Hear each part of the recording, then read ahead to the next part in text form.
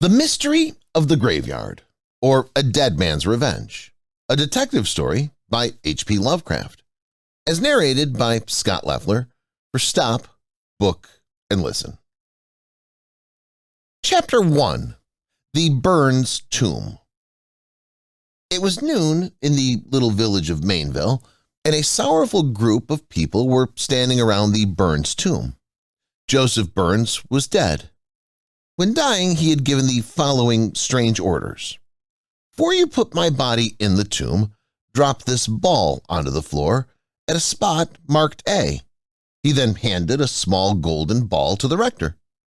The people greatly regretted his death. After the funeral services were finished, Mr. Dobson, the rector, said, "My friends, I will now gratify the last wishes of the deceased." So saying, he descended into the tomb to lay the ball on the spot marked A. Soon the funeral party began to be impatient, and after a time, Mr. Chas Green, the lawyer, descended to make a search. Soon he came up with a frightened face. Mr. Dobson's not there. Chapter 2. Mysterious Mr. Bell. It was 3:10 o'clock in the afternoon when the doorbell of Dobson Mansion rang loudly, and the servant, on going to the door, found an elderly man with black hair and side whiskers. He asked to see Miss Dobson. Upon arriving in her presence, he said, "Miss Dobson, I know where your father is, and for £10,000 I will restore him. My name is Mr. Bell." "Mr. Bell," said Miss Dobson, "will you excuse me from the room for a moment?" "Certainly," replied Mr. Bell. In a short time she returned and said, "Mr. Bell, I understand you. You have abducted my father and hold him for a ransom." Chapter 3. At the Police Station. It was 3:20 o'clock in the afternoon when the telephone bell at the North End Police Station rang furiously, and Gibson, the telephone man, inquired what was the matter. "Have found out about father's disappearance," a woman's voice said. "I'm Miss Dobson, and father has been abducted. Send King John." King John was a famous Western detective. Just then a man rushed in and shouted, "Oh, terrors, come to the graveyard." Chapter 4. The West Window. Now let us return to the Dobson mansion. Mr. Bell was rather taken aback by Miss Dobson's plain speaking, but when he recovered his speech, he said, "Don't put it quite so plain, Miss Dobson, for I—" He was interrupted by the entrance of King John, who, with a brace of revolvers in his hands, barred all egress by the doorway. But quicker than thought, Bell sprang to a west window and jumped. Chapter 5. The Secret Grave. Now let us return to the station house. After the excited visitor had calmed somewhat, he could tell his story straighter. He had seen 3 men in the graveyard shouting, "Bell, Bell, where are you, old man?" and acting very suspiciously. He then followed them, and they entered the Burns tomb. He then followed them in, and they touched a spring at a point marked A and then disappeared. "I wish King John were here," said Gibson. "What's your name?" "John Spratt," replied the visitor. Chapter 6. The Chase for Bell. Now let us return to the Dobson mansion again. King John was utterly confounded by the sudden movement of Bell, but when he recovered from his surprise, his first thought was of chase. Accordingly, he started in pursuit of the abductor. He tracked him down to the railroad station and found to his dismay that he'd taken the train for Kent, a large city toward the south, and between which and Mainville there existed no telegraph or telephone. The train had just started. Chapter 7.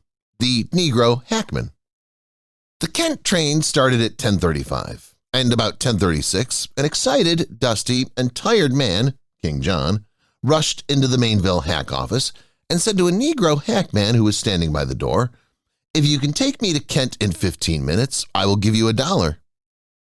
"I don't see how I ter get there," said the Negro. "I haven't got a decent pair of hosses, and I have $2, shouted the traveler. "All right," said the hackman. Chapter 8. Bell's Surprise. It was 11 o'clock at Kent. All the stores were closed but one, a dingy, dirty little shop down at the West End. It lay between Kent Harbor and the Kent and Mainville Railroad. In the front room, a shabbily dressed person of doubtful age was conversing with a middle-aged woman with gray hair.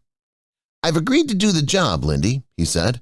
"Bell will arrive at 10:30, and the carriage is ready to take him down to the wharf where a ship for Africa sails tonight."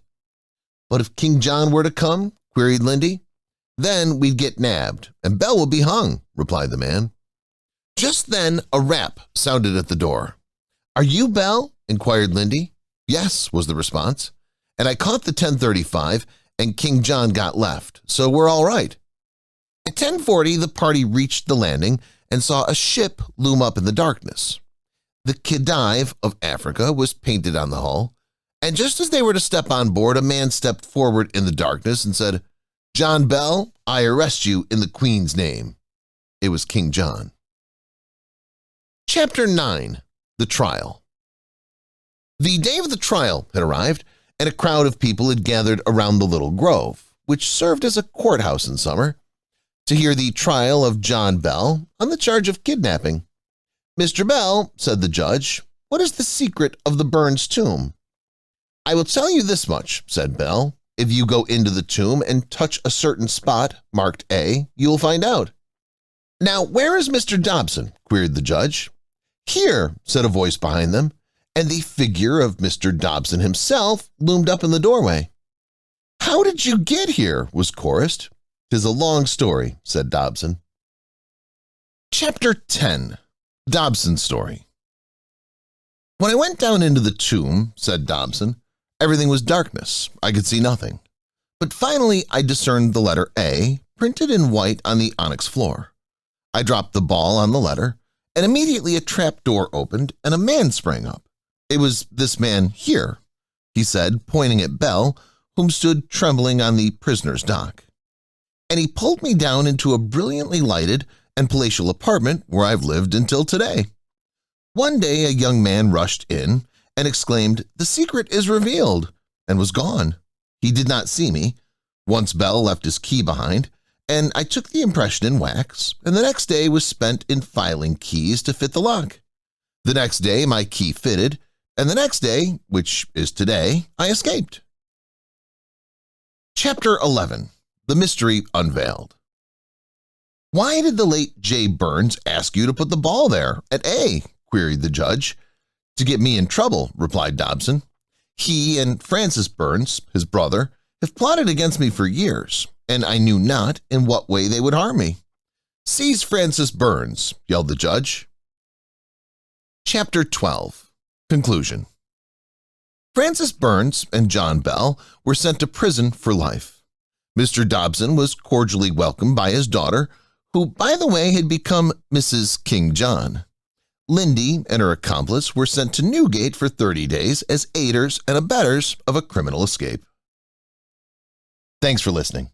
If you enjoyed the book and our narration, please leave us a like and subscribe to Stop Book and Listen so you'll know when we publish more books.